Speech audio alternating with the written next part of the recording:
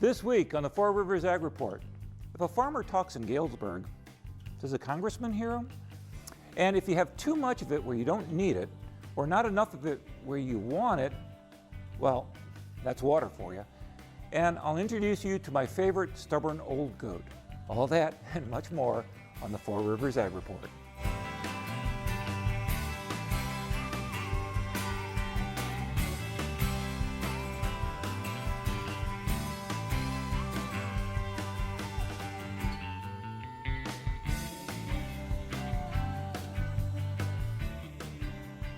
Welcome to the Four Rivers Ag Report. I'm Fred Peralta. Well, most everyone has been pretty good. You may be sitting in your planters, but we've yet to find someone who's actually planted. I'm not sure that I've seen fields this neat ever. You could almost use them as a putting green, or would that be a putting black? Anyway, I got a feeling that on April 6th, you'll be able to shoot a cannon down the middle of most coffee shops and not hit a farmer. So this week I thought we'd take a look at the Farm Bill, whatever shape it might take when they're done, who knows. But the House Ag Committee did hold a public hearing in Galesburg last week, and we thought we'd share a couple of testimonies from the local producers. Good morning. I would like to start by thanking Chairman Lucas, Congressman Peterson, Congressman Schilling, and the other members of the committee for the opportunity to testify here today. My name is Deb More. I farm near Roseville in western Illinois with my husband Ron and his brother Larry. We farm about 2,000 acres of corn and soybean and have a beef cattle operation. I thank you for the opportunity to talk about the value and importance of farm programs to operations like ours. For more than 30 years, we have been actively farm families who are concerned about caring for our land and sharing our farm story. I was actually born and raised in the Chicago suburbs and moved to the farm after marrying Ron, who is a third-generation Warren County farmer. Farmers like us face many challenges and opportunities in today's global marketplace.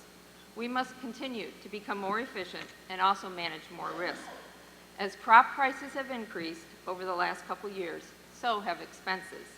We must find ways collectively to manage these risks. From 2010 to 2011, our income increased 50%, but our expenses increased 58%.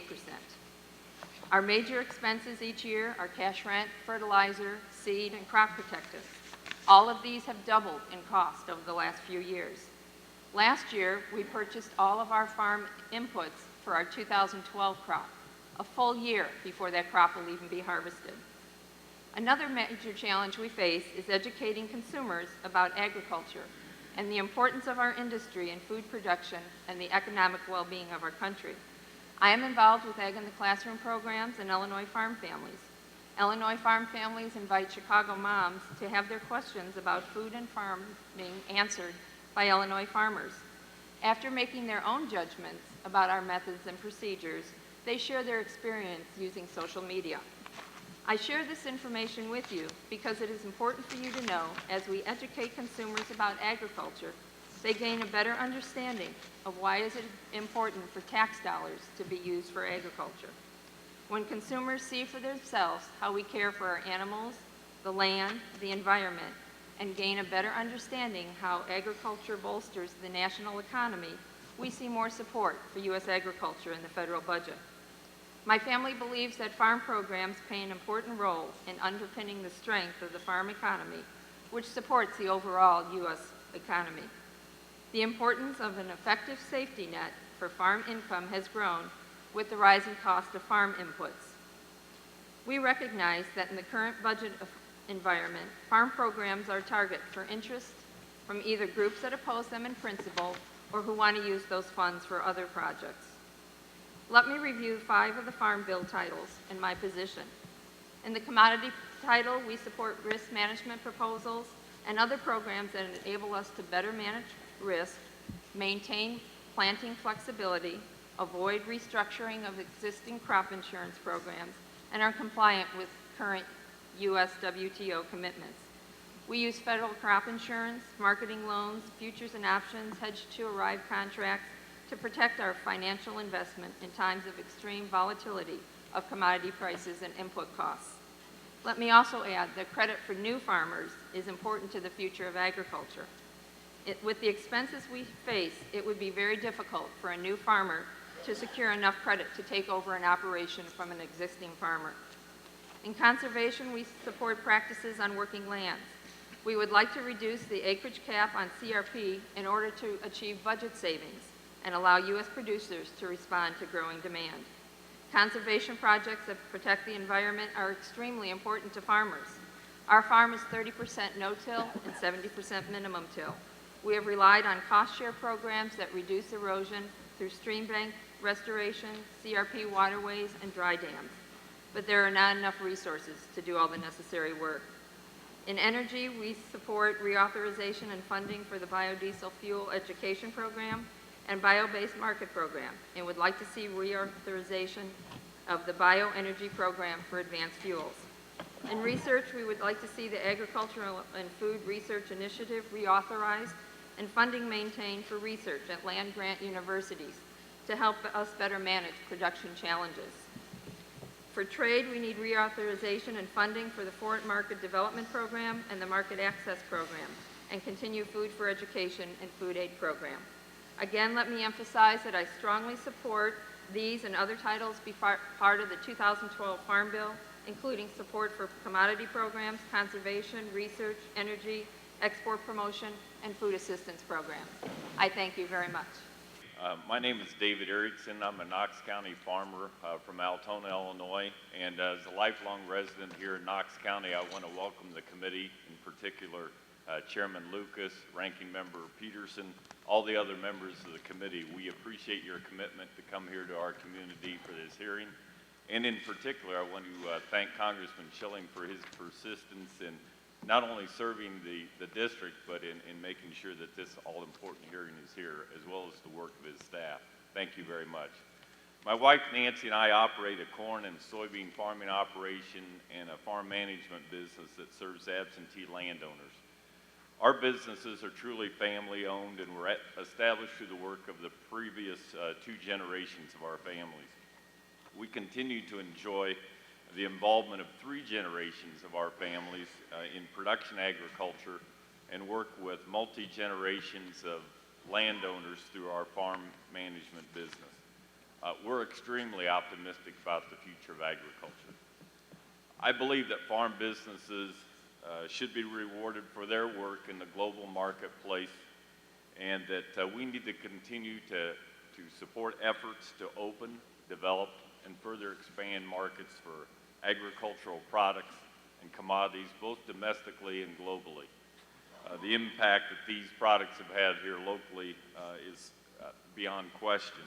And agricultural exports support jobs here at home, and particularly when we add value through enhancing our basic commodities. I urge Congress to continue to support trade agreements and initiatives that provide increased access, improved acceptance, and fair trade policies for U.S. agriculture. Congress has an important job ahead of it. As farmers, we protect and enhance our environment because we know the importance of sustaining rich soil and clean water that supports our family and our consuming public. Some current conservation programs are overburdened with rules and procedures and do little to impact programs except use up limited budget allocations. I urge Congress to consider simplifying and consolidating current conservation programs to allow for the most effective use of those funds budgeted for these efforts. As a taxpayer, I want Congress to cut spending, reduce waste, and improve results with our investment. I believe that federal budget deficits must be eliminated and debt reduced. I feel strongly that agriculture should do its part to help Congress in this endeavor. I know that much of the discussion to date about the Farm Bill has led to proposed elimination of direct payments. While I understand the need for change, I also must report how direct payments in our farming operations are beneficial and effective. Without the assistance of any other government programs, we invested these direct payments back into our farming operation to reduce soil erosion, improve drainage, limit nutrient runoff, and manage price risk. We made effective use of those dollars, and taxpayers reaped the rewards with a safe, abundant, low-cost supply of food and fiber. I understand the importance of federal crop insurance as a part of risk management, and I know that too much emphasis also on any single approach can be dangerous. Federal crop insurance should provide risk coverage for losses, crop losses, but not for poor marketing and overall risk management. Farming is a risky business. We need tools to help us manage these risks, but those risks can never be totally eliminated. I urge you to consider streamlining farm program paperwork. A vast majority of Illinois farmland is owned by someone other than who physically operates it. Absentee landowners are reaching the end of their desire to comply with all the requirements of farm program participation. Their frustration will only lead to lower participation and the increased likelihood of cash-only rental arrangements that do nothing but compound the risk already that farmers must bear. I encourage your continued work to complete the Farm Bill legislation this year and to make it a 5-year program that doesn't rely on temporary extensions. No aspect of the commodity title fits all operations or regions, but I trust you to work diligently to craft legislation that provides flexibility for the inherent diversity that encompasses U.S. agriculture. I thank you for the privilege to address the committee and appreciate the great efforts involved.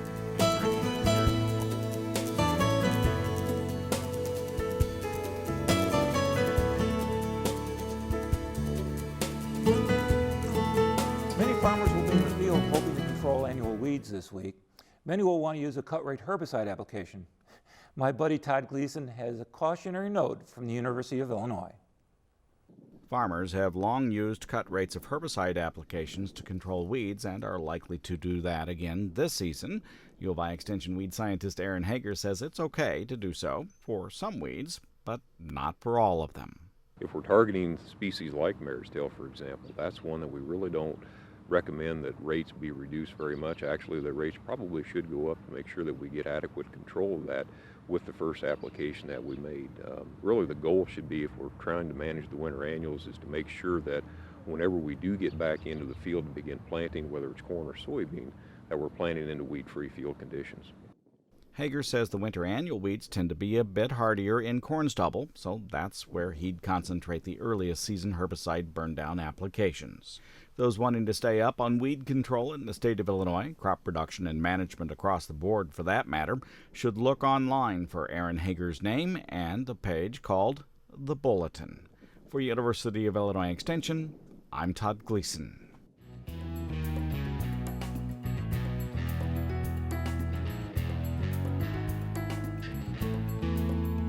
This week, Metro Charleston's Rotaries hosted the annual Rural Urban Luncheon at Sarah Bush Lincoln. The featured speaker was Agri-Talk Mike Adams, an Illinois boy and a nationally recognized advocate on farm issues. I had a chance to talk to Mike about the concerns today's farmers are facing. You mentioned in your speech, we can communicate, but we don't always seem to understand, and I thought that was a good line.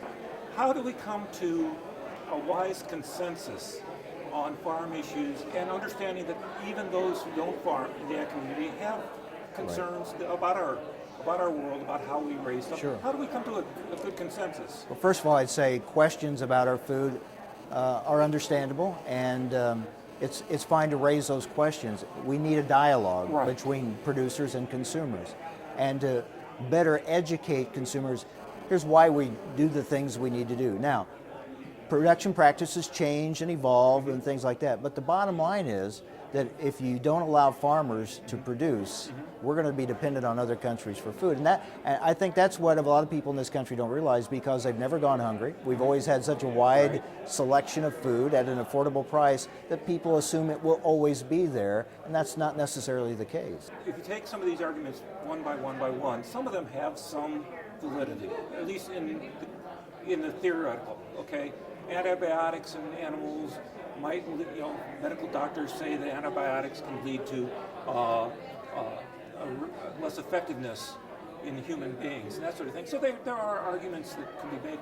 How do we encourage that dialogue? Well, if you talk to veterinarians on that topic, they say the proper use of those products will not lead to those problems. So yeah, there's a management issue. The solution though, if you eliminate the use of those products, then what you have is a less healthy food supply. Right. So the pendulum oftentimes tends to swing too far one way or the other. And I don't think that anybody serious is talking about Right. all or nothing. Although you have groups in this country that say don't want us to eat meat. Now, livestock producers would prefer you do, but they respect your right to choose whether you do or not. Right. Now, a lot of these groups want to eliminate that choice altogether to where you would have to have a vegetarian diet because they don't want animals raised for food, period. Well, good luck with that. Yeah, but they're getting a lot of attention. They have a lot of money behind them. They've been able to go to some school districts and get what are called meatless Mondays on one day a week, take meat off the menu completely. And now they're trying to expand that even more. Now, who would have thought that would have happened? Well, the extremists on both ends of the spectrum seem to have the loudest voice because the media tends to magnify Right. that. Yeah. How do we get the great middle to control the dictate? What I call and hope is still the silent majority there in the middle that is open to information. And I think that's what they don't have. They don't have firsthand experiences because they didn't grow up on the farm. They hear and see things in the general media that sound frightening to them and sound like that's not good.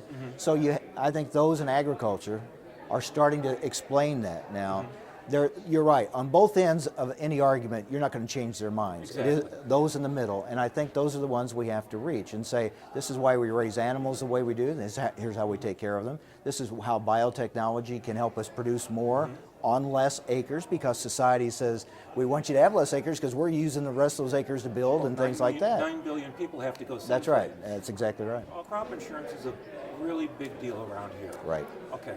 And it makes a lot of sense that there should be, they're giving producers a floor. Right. But yet, you mentioned in your speech, crop insurance to the south and the crop growers, they're not interested in that. Right. So, do we pick ethanol's another example? Ethanol is huge in Iowa, and yet in Texas or California, how do we deal with some of those sorts of issues? Again, it's education on ethanol. What a lot of people don't understand, they think that corn is used only for fuel and nothing else, when actually only a third of the corn is actually used, that kernel of corn is used for ethanol. The rest goes back into things like DDGs. So you're feeding livestock, you're creating food supply. Right. That message hasn't resonated yet with a lot of people. On crop insurance, I think people grasp the concept of insurance. You buy insurance and they understand how that works for cars, homes, life, other things like that. So that's a concept people can understand. The battle there is how much money is the government going to put into the program to keep it affordable for farmers? How much gets shifted to for higher premiums for the farmers? And we have seen some of that going on already. Getting that information out to people is important. How do we do that on our end? I think we have changed. The farm broadcaster has evolved to we are more journalists now, not just talking about the markets and things like those are still important. The markets and weather are obviously important. But now we're talking about food and we're talking about fuel. We're talking about food safety. We're talking about issues. We're framing the discussion a little differently now to where people realize that you don't have to be a farmer to find this to be of interest. Exactly. And I get lots of information. My core audience is still farmers, but my vast growing audience are non-farmers asking me, okay, why is this done the way it is? How's my food produced and what are you using? Is it safe? And they're asking questions. That is a good start to dialogue. And we need to take advantage of that in agriculture. We haven't always done that in the past. I think we're doing a much better job of it now.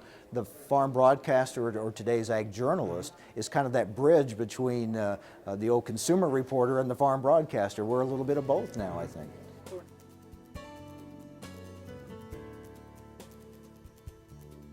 There's an old sailor saying, water, water everywhere, but nary a drop to drink. And at times that could apply to farmers. Caitlin Napoleon looks at water, where it ends up, and how we deal with it on this week's Under the Four River Sky. What's more important to a farmer than water? Too little, too much, where it comes from, and where it goes. Water is what determines a farmer's livelihood. Tonight on Under the Four River Skies, we will be exploring tile drainage with Chris Langen of the Geology and Geography Department of Eastern Illinois University. I mean, the major reason why tile was installed was essentially because the northern portions, the north central and northeastern portions of Illinois were glaciated about 15 to 20,000 years ago. That basically flattened out the entire surface of what we see today of the surface of this agricultural landscape. And since that flattening out, because of our predominantly humid climatic conditions that we have here, ample amounts of rainfall, wetland conditions started to occur, wetland features started to become very prevalent on the landscape, and the only way that Illinois would become an agriculturally oriented landscape is by the artificial drainage of a lot of that land. And today only about 10% of the original or remaining wetlands are found here in Illinois that used to be there prior to human settlement. Because so much of Illinois was wetland, so much of it had to be transformed into what it is today. Basically here in Charleston, up north towards the Great Lakes, that east central portion of Illinois, I would venture to guess that at least 90% of that area has been or has currently been drained. Once it was drained, farmers began to notice the effects it had on their crops. To be able to get the types of yields and the types of returns that they're putting in, it is definitely worth it financially for a farmer to install field tile. But what exactly does field tiling do? It removes excess water from damaging crops and preventing farmers from working the land. The nutrients can be leached out of the soil if there's too much water present throughout the entire growing season. Really what it comes down to is that if the subsurface soils are completely saturated, the surface soils a couple of feet above are probably still too wet, and too wet to the point where tillage or other working of the field isn't going to be allowed to be possible. Once the water is removed, it has to go somewhere. Field tile are installed really just based upon the slope and the drainage direction that you want that water to be carried. So water runs downhill, so eventually you're going to have your tile set at a depth where you're going to be able to collect the water from the field, ship it downstream into some sort of drainage way or ditch, which then will become part of the regular flow of the watershed. But it can't go just anywhere. You can't simply take water on your land and ship it downstream to somebody else and make it their problem. I mean, there are some legalities behind that. Now the land is plotted and the water is going where it needs to. What is it exactly that gets it there? It was hand dug clay tile that was put into the ground. Today a lot of that tile is still found, but a lot of it today is being replaced by the plastic perforated black tubing type of tile that we see a lot of around Illinois. All this tile didn't just show up. Farmers made it happen over the years. By 1930, Illinois farmers and landowners had drained about 9.3 million acres. About 30% of all the farmland had been drained. Since the Civil War, all of the tile that has been installed by companies has been to improve the production of what feeds our country. But it's not that easy. A lot goes into making sure the soil and the moisture are perfect. When a farmer comes to one of those companies and says, I have this wet area in my field, I need to take care of it, what they'll do is they'll come out and they'll survey the field, they'll figure out what the drainage slope of that field is, and based on whatever the slope is, what direction the water is going to drain, where that water can be drained to, is all going to determine where that tile is placed in the field.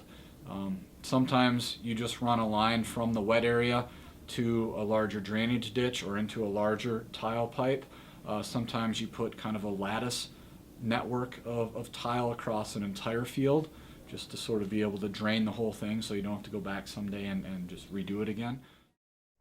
Since the introduction to tile drainage in the 1800s, it's been working wonders for crop yields. Technological advances have continued to improve, which means more and more farmers are adding and expanding the practice to their own fields and will likely continue to do so. Both of my grandfathers were farmers, one in Mississippi and one in Iowa. Both lost their farms in the Depression, and both died long before I was born. I've only seen the family farm from the window of a car moving at 40 miles per hour. My father and my mother both moved to the city, and I was born a suburban kid. However, in my 20s, I was lucky enough to meet and fall in love with a farmer's daughter. And one of the benefits of that was I also got the daughter's farmer. The farmer was my father-in-law, Forrest Maddox, His nickname in high school was Cork, probably because of his sense of humor. He was a corker. Cork was born, raised, married, saw his kids and grandchildren grow up all in Tuscola. He loved airplanes and flying. He hated the EPA, but most of all, he loved his farm. He was a full-time farmer who worked part-time on the farm and the rest of the time at the chemical plant. It put his kids through college, and he liked keeping the plant going, but he was most alive when he took his vacation to plant and harvest. He loved that time of year. He did lots of other things in his life, of course. He was on the city board. He surveyed much of Douglas County. As a snowplow driver, he actually ran the snowplow through the wall of his own house. And he watched as I-57 cut diagonally through his field, and he fought the state for better compensation. He won. I was the outsider in the family, but he'd often ask me to ride along with him to do errands. On those trips, we'd quite often ended up at the farm, to check the fields or to check the new tile being put in or just to feed the catfish in the pond. We spent a lot of time just being there. But being on that farm with Cork was a way for him to tell me a story about place. Cork died Monday night from a lot of things going wrong all at once. His families, his grandkids, and his great-grandkids will miss him. His remaining friends will smile while thinking about him, and the coffee shop will have less gossip. Oh, and Tuscola, his town, will continue to grow. And for me, I'm going to miss him. That opinionated, stubborn old goat. God, I will miss him. Well, that's it for this week. Work hard, be safe, and for goodness sakes, enjoy the beautiful sunsets. I'm Fred Peralta, and thanks for watching the Four Rivers Ag Report.